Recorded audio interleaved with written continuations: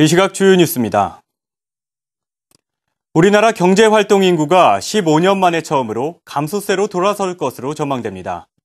금융투자업계와 통계청, 국회 예산정책처 등은 올해 총 경제활동 인구가 2,481만 명으로 지난해보다 2.3% 줄어들 것으로 추정했습니다. 우리 사회 경제 활력이 급격히 떨어진 것은 노령화가 가장 큰 원인으로 지목됩니다. 지난달 국내 자동차 생산량과 수출 내수 모두 지난해보다 두 자릿수가량 줄어들었습니다.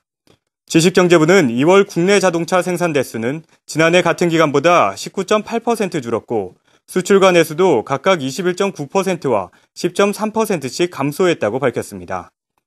지식경제부는 올해 2월에는 설 연휴가 끼어 있어 공급량이 감소했고 경기 침체로 유럽연합 등의 해외 수요도 위축돼 전반적으로 지표가 저조했다고 분석했습니다. 정부가 국민행복기금으로 제도권 금융은 물론 대부업체의 빚까지 채무 조정을 받아 일괄 매입 정리하는 법을 추진합니다. 금융위원회는 국민행복기금 설치에 관한 법을 추진하고 가계부채의 가장 취약한 고리인 다중채무 문제를 해결하는 조치를 취하겠다고 밝혔습니다.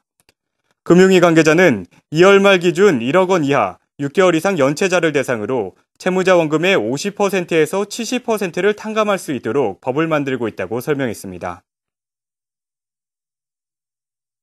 지난달 국내 거주자의 외화예금 잔액이 넉 달 만에 늘어났습니다. 한국은행은 2월 말 기준 우리나라에 주소를 둔 법인이나 1년 이상 국내에 머무른 내외국인의 외화예금 잔액이 그 전달보다 21억 4천만 달러 늘어난 346억 5천만 달러로 집계됐다고 밝혔습니다.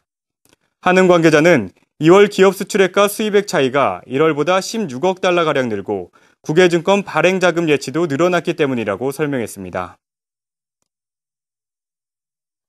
금융감독원은 지난해 보험 사기 혐의로 적발된 금액이 4,533억 원으로 전년 대비 7% 늘었습니다.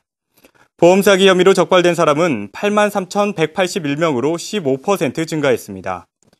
유형별로는 자동차 보험이 6만 821명으로 가장 많았고 장기보험과 보장성 보험이 각각 16,000여 명과 4,700여 명으로 뒤를 이었습니다. 경기 불황으로 카드 승인 실적 증가율이 45개월 만에 최저 수준을 나타냈습니다. 여신금융협회는 1월 중 국내 카드 승인 실적은 43조 1천억 원으로 지난해 같은 기간보다 6.3% 증가하는 데 그쳤다고 밝혔습니다. 대형 할인점의 카드 이용액은 영역 규제 강화로 지난해 같은 기간보다 13.2% 줄었고 주유수도 휘발유 가격 하락과 폭설 등 여파로 3.1% 감소했습니다. 지금까지 이 시각 주요 뉴스였습니다.